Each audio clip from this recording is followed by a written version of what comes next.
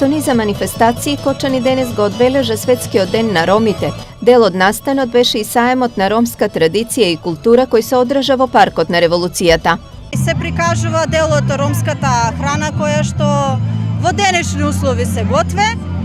Исто така имаме и занаетчи кои што веќе за жал се во изумирање, па затоа сакаме малку повеќе нив да ги афирмираме и да го покажеме занаетчиството, односно тоа што претходно го работеле ромите и што се одржало до денеска да се сработи.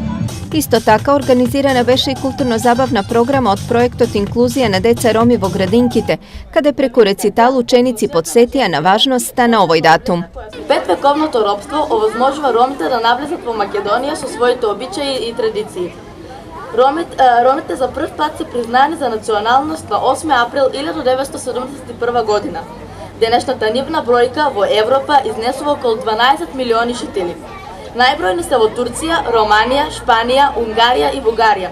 Ромското знаме е составено од 3 бои, и тоа зелено, сино и црвено. Подршка во организација на настаните даде и општина Кочани, која на ромите им помага и во решавање на клучните животни проблеми. Ние искористивме секоја можност што ја имавме да помогнеме во делот на инфраструктурните проблеми, во решавањето на инфраструктурните проблеми во ромското мало.